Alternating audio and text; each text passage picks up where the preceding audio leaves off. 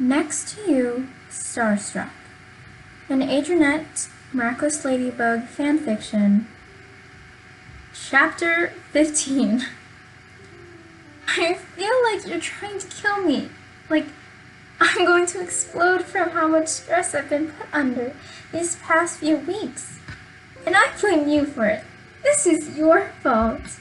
Marinette huffs at Adrien as he opens the car door for her. He doesn't take offense to it. Not in the slightest. In fact, he just laughs it off and gets in the driver's seat. I'm not kidding, she reiterates, but the threat falls flat when she can't even keep it together and just laughs along with them. If this goes wrong, I'm leaving you. It'll be a whole scandal, she teases, nudging his side. Adrien jerks from the motion and just laughs again. Oh, wouldn't that be fun? You want to give Lila a field day? He said, with a teasing lilt to his voice. Can you imagine? Her leading headlines. Aggressed and girlfriend split up. Is it due to infidelity? Or maybe a baby they didn't want? Read more to hear the real reason for the end of their relationship, he says in a dramatized voice. Marinette blanches. Oh God, she would say that, she laughs. Marinette sighs and looks out the window. Now that Adrien has a car, it's much less nerve-wracking for them to get around the city. They don't get stared at in the subway anymore or get bombarded by paparazzis as often. Her face flushes because the way she's thinking is just so domestic. Every time Marinette thinks of something new or recent change, it always has the Adrien and I attached to it. They do a lot of things together now, but it still makes her squeal. They aren't even real dating, but it definitely feels like it, especially for her. The car ride is pretty quiet aside from the radio playing music. Adrien is sort of humming along to it, and the noise is quite comforting. Their silence has become comforting.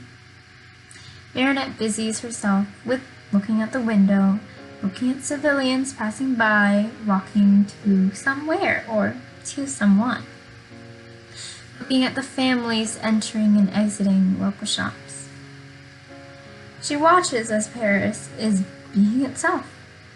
Before Adrien, she was one of those normal people. She'd just walk into a coffee house and order herself a black coffee and complete her day-to-day life with no care in the world as to who watched her. Now, she's sitting in a car instead of a subway train. Now she is watching from the outside as people smile and wave or frown at each other before hitting their shoulder. It seems different, yet familiar. What are you thinking about? Adrien's voice breaks her out of her reverie. Marinette jolts and turns to him. She notices that they're at a red light and she smiles nervously back at him. He was very obviously watching her as she spectated the world around them. The look he is giving her is soft and sweet and all too genuine for her comfort. Oh, I don't know. Just, it's like I feel like I'm looking at things from above. Like just in a different way. I used to be just like them, she mutters, tapping on the window glass. And now I most definitely am not. Adrien's face drops. He looks guilty. Oh, he says, and Marinette wants to leap and rush to tell him that it's okay and she's not bitter about it. Is it a bad thing? He asks. Adrien looks a little bit like a dejected kitten being left on the side of the road in a box. Marinette scrambles to condole him. Boldly, she puts a hand on his cheek and smiles softly at him. No, not really. It's just different. Not bad, she explains. Don't feel bad. Marinette says with a light laugh. I can't help but feel bad, he grumbles like a child. Marinette playfully rolls her eyes at him. Well, there is no need to. I'm not angry, and I'm not bitter, she says firmly. The light turns green, and Adrienne starts driving again. Marinette's hand tingles from the contact, and her cheeks just get a little bit warmer. Adrienne's humming again, and there is a smile on his face, and it is honestly adorable. Father, son. Marinette is gaping. She's in the entrance of Gabriel Agreste's house. That's somewhere she never thought she'd find herself in. There's almost a stare down to the death sort of competition happening right in front of her. Adrienne and his father are looking stiffly at each other. The air around them is thick with tension, and Marinette swallows nervously as silently she possibly can. It doesn't look like either father or son notices her panic. They're too busy glaring daggers at each other. She's never thought of Adrienne as menacing or something like that, especially after he proudly showed her his first ever Build-A-Bear stuffed animal that he bought for himself just the other week. However, right now, he looks downright deadly. His green eyes are narrowed and dangerous, and there's no sign of the soft sweetheart that she's come to like. His father looks about 10 times as terrifying, though. From his position at the top of the stairs, glaring down like God himself, he looks ready to tear them apart. It's clear there is a massive fight, even though no one has even uttered a real sentence just yet. Marinette should have guessed that this would happen. After all, this is the first time that Adrienne and his father have seen each other since the former stormed out and left the company nearly 6 months ago. So it was bound to be tense. Hello. Welcome home, son, Gabriel says in a stiff tone. Adrienne's posture tenses up even more, if that was even at all possible. This isn't exactly my home now, Adrienne says with a bite in his voice. His father frowns even deeper. I'm just here to visit, and to introduce my girlfriend to you. This is Marinette, he says, motioning to her. Marinette awkwardly smiles and waves. Hi, I'm Marinette, she says. Gabriel stares down at her from the top of the stairs, and it is quite scary. Surreptitiously, she steps behind Adrienne, and Gabriel raises a brow at her. I've heard, he says shortly. She smiles very nervously at him. Before a conversation can even begin, a stoic-looking woman comes up to stand next to Gabriel on the stairs. She's stern-looking and stiff, and somehow communicates with him in a single head nod. Marinette flickers her eyes to Adrienne with a very confused look on her face. Adrienne's not looking back at her, though. He's looking at the woman who had just arrived with an unreadable look on his face. The chef has prepared the lunch, she says, sounding just as emotionless as Adrienne's father does. The latter nods, and the woman walks off. He looks back to Marinette and Adrienne. I do hope you enjoy the lunch, Marinette, he says. The pause in his tone is discomforting, so she follows Adrienne like a duckling to wherever the dining room is.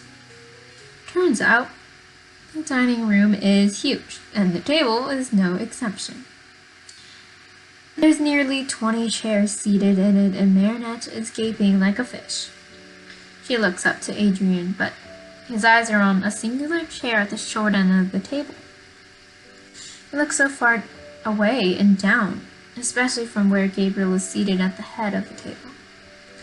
He looks back at the chairs in front of her. Where on earth should she sit?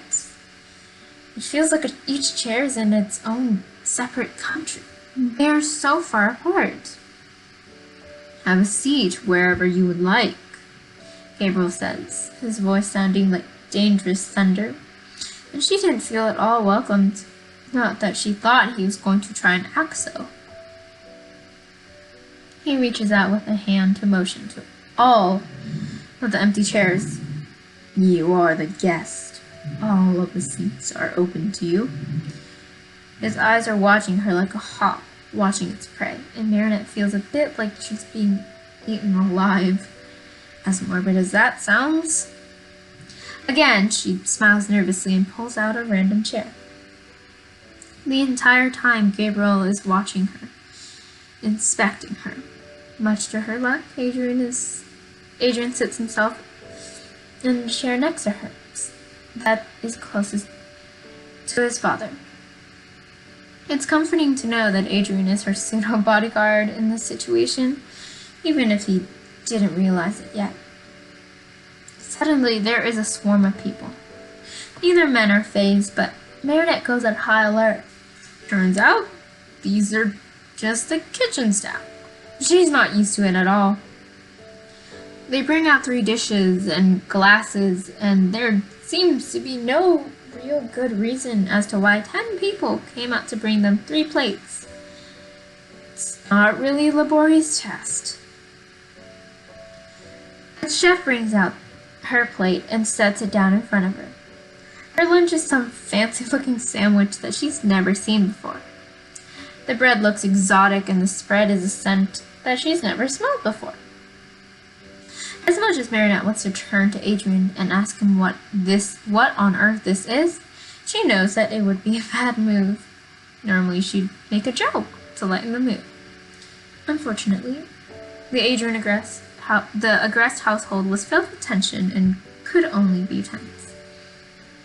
So, Gabriel says, cutting into the sandwich with a fork and knife.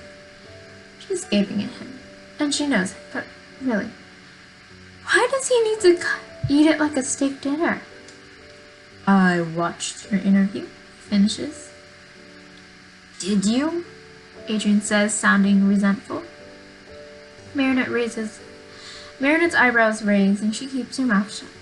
Never before has she seen Adrien snap like this. What did you think? Do you have any critiques?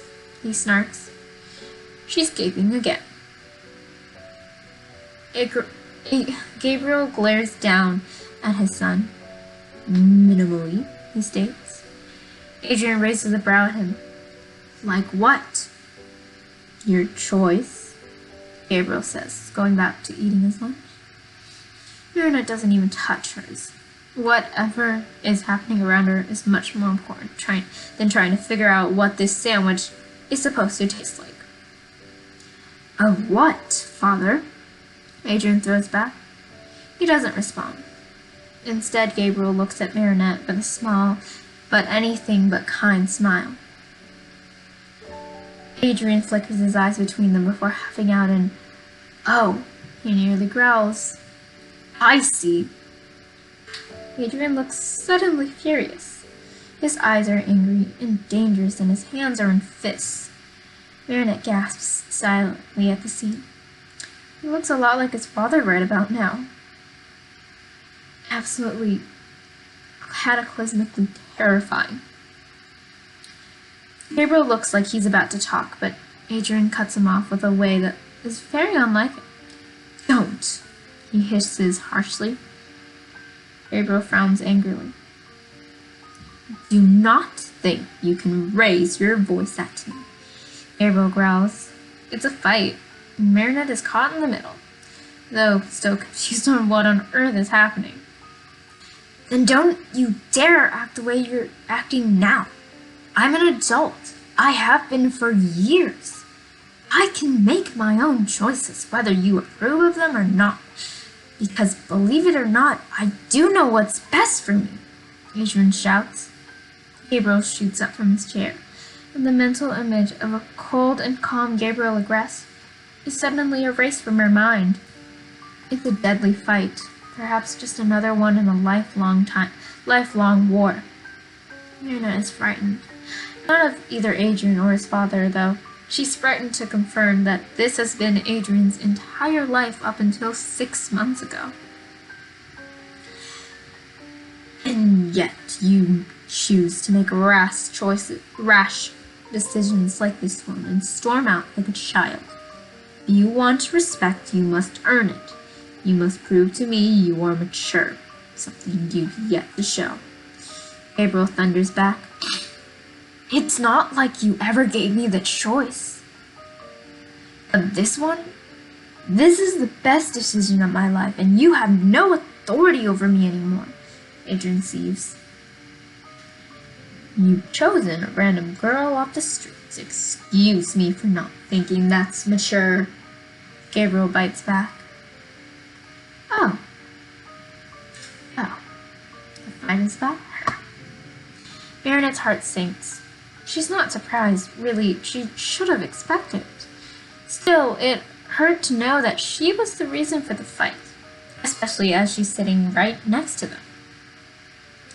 Gabriel probably thinks that she's just some gold-digging girl that Adrien picked up around town. That certainly stings. She's not a random girl, and don't even try to treat her like she is. Marinette is my girlfriend, and she is so wonderful, Adrien yells. And what do you know about a wonderful person? You don't know anything yet. You're still young with no real life experience. I'm doing you a favor. You're being ungrateful, Gabriel snaps. I am your father, and I know what's best for you. And I know that he stares at her with nothing but disdain in his eyes, is not a person you want to be saddled with for the rest of your life. There are many other respectable women to marry. Adrienette nearly chokes on air as he mentions marriage. Marriage! Adrien throws his arms up in the air and laughs bitterly, ignoring any possible awkwardness that the word or concept of marriage may bring. Life experience. You're telling me I'm being ungrateful. You're the whole reason I don't know anything. You locked me in this freaking house for years. Of course I'm going to be clueless, but that is not on me. Adrien defends himself. But thank you for that in the most twisted way I can say that. At least I know when someone doesn't do the best for me. That's a nice thing to know, but I've got to say that's kind of redundant. I work in Hollywood, for heaven's sakes. I'm lucky I found Marinette when I did. Don't try and act like she's some home wrecker off the streets. Marinette is a good person. She's genuine, and she actually does what's best for me. Adrien laughs humorlessly, and it sounds like pure terror to her. Oh? And like what? Gabriel spats. Like when I was sick, she actually took care of me. She made me soup, she checked my temperature, she got me an ice pack. She stayed in bed with me and watched movies until I fell asleep. Marinette made me smile and makes me smile in the mornings, and she asked how my day at work went. She doesn't overload my work schedule. And she asks me when I'm stressed if I want to take a break. He lists. Oh, so all those things suddenly makes her a better person than the one who raised you. Did you even raise him? Or did you just want to control him for his entire life? Marinette shouts. Adrien and his father look at her in shock. At this point, she's as angry as Adrien, if not more. Can't respond, she taunts. Perhaps it's not wise to protect Adrien's father, who, of all people, who was a very, very powerful man. But Marinette is at the end of her self-control. Gabriel is very clearly an awful father, and Adrien was really just trying to defend her. Interesting! You had so much to say when you were trying to manipulate him into agreeing with you, she says with no hesitation whatsoever. Gabriel is shocked silent, and he doesn't do anything other than furiously stare at them. Adrian takes in a breath and looks at Marinette, reaching a hand out for her to take. I think it's time to leave, he says, and Marinette nods in agreement. Neither of them even touch their lunch. But lunch was over just now. Goodbye, Father, Adrian says, flashing dangerous eyes. This isn't over, Gabriel snarls. You will come to your senses, and you will marry the woman who is much better for you, he says, as she and Adrian stalk out. Who? Kagami? Marinette throws behind her, almost sadistically, enjoying the look of fear in Gabriel's eyes. You just want her and Adrian to be puppets to control. It's easier to do so when her mother agrees with your actions, huh? Unfortunately for you, my parents care about me and would never do such a thing. And you have no power over Adrian now or ever again, especially not when I'm around, Marinette says dangerously and surely. And I'm not backing down. I care about my boyfriend, and I want what's best for Adrian, she says. And I'm not going to let you stand in our way, so I suggest not even trying. When they leave the house, it's a deafening silence, but by the hopes of God, it is one of victory.